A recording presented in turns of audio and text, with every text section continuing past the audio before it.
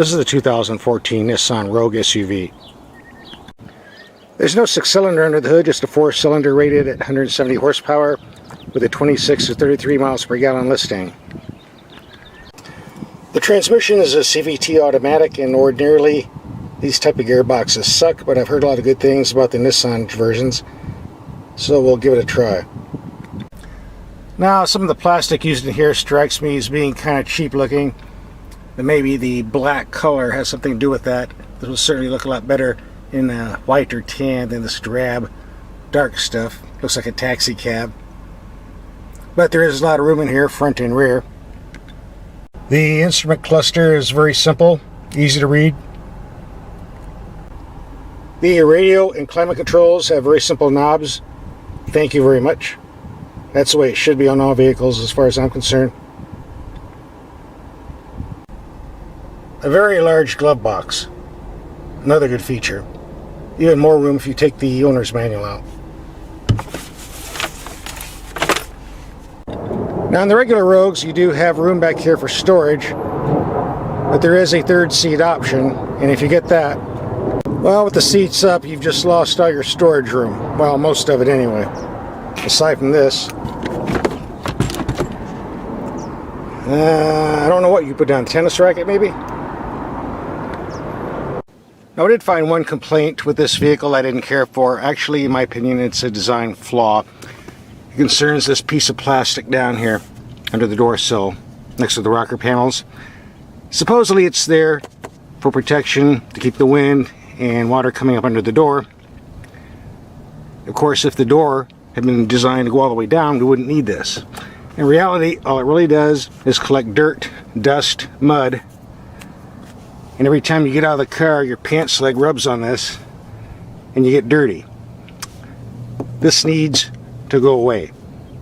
Whoever designed this should have known better.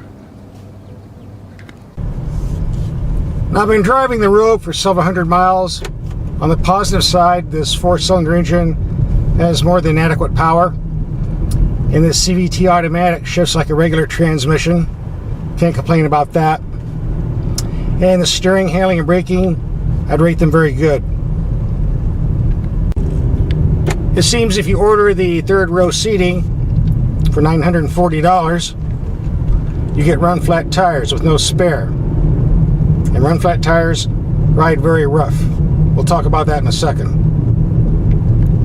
Now, the advantage of run flat tires is should you get a flat, the tires can usually run another 40 to 50 miles until you find a repair station.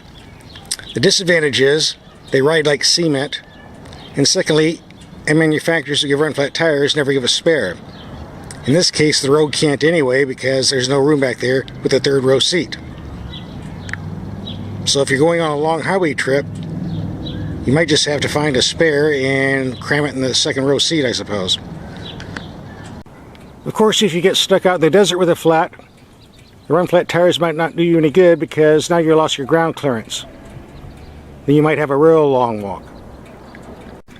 To cover myself, I got 2 air pumps and lots of cans of Fix Flat.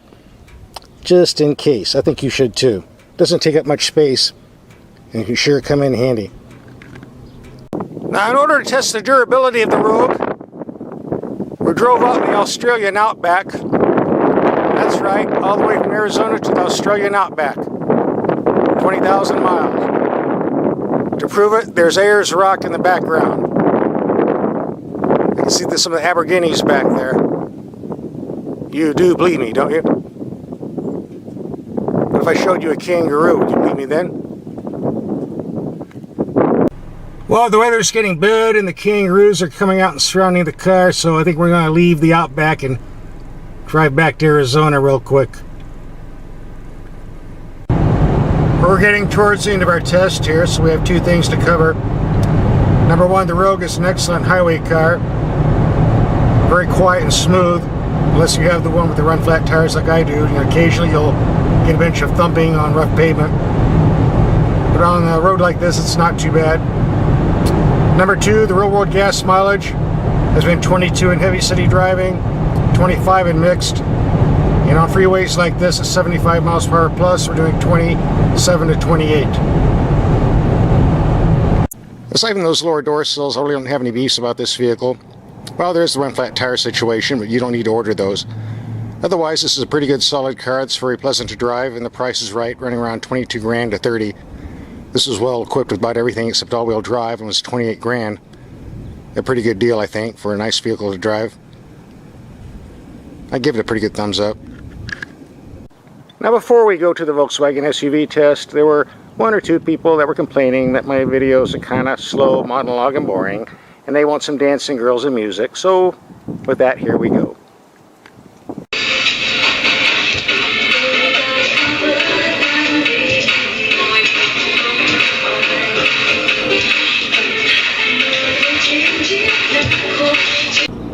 This is the 2014 Volkswagen Tiguan SUV. I assume I'm pronouncing that name correctly. Not much of a head turner in the styling department, but then most compact SUVs in this market aren't. And for those interested, our rear view. Now, what this vehicle lacks in looks, it makes up for in engineering. It uses the same 2-liter turbo engine that's been used in Volkswagen and Audi vehicles for a long, long time. A very good performing engine, very durable. This is hooked to a 6-speed automatic transmission rated at 21 to 26 miles per gallon. There is a 6-speed manual transmission offered, but it drops to 18 to 26 miles per gallon. According to the car's trip computer, in the past 2,100 miles, it's averaged 24.5 miles per gallon. That's a bit less than the 27 average on other vehicles. Remember, you're getting a lot of low-end power off this turbo here, so you got to pay the price somewhere. The cabin's nothing fancy, but the materials and workmanship are very good. All the controls are very easy to read and use. Reasonable room in the rear seats here for 2 adults. Just a note on the sound system. The stereo has something called speed-dependent volume control. What it likes to do is raise the volume when you reach highway speeds and lower the volume when you reach a traffic light. Very, very annoying, the constant up and down of the volume. This is designed primarily for convertibles. Why German cars like to put these in hardtops is beyond me. You can turn it off. Read the owner's manual. I sure turn mine off. Very annoying. Glovebox size is about average. Not much of a storage room in that console here. Decent storage space in the rear.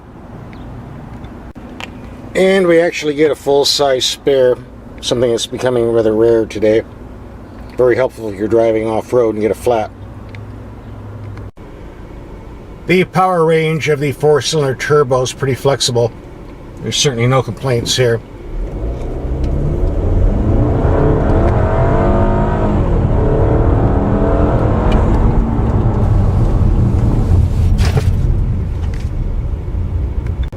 This is a front-wheel drive car. If you order the all-wheel drive, naturally, engine performance and gas mileage will suffer. The main advantage this vehicle has over the Japanese competitors would be the sporting driving characteristics. Not only the engine power, but the steering, handling, and braking performance are on par with the German sports sedans. This car likes to be driven and driven hard. And the ride comfort is very good for a small vehicle too. Something you enjoy driving day to day. This vehicle is great to drive on freeway trips. Lots of passing power to get around those jerk-off slow pokes. Very stable at high speeds, quiet. And I've learned that these seats are very comfortable for long trips. If you're going from Los Angeles to New York, this would be a good pick. The base price of this vehicle starts around $23,000. Mine was loaded up with all the goodies you need at $29,000. That's competitive to the other SUVs in this class, but be warned, there are a lot of option packages on this. I can check the price up to 38 grand. A little bit too expensive for me. But basically, this is a good solid car. If you get the options low, I think you'll enjoy it quite a bit.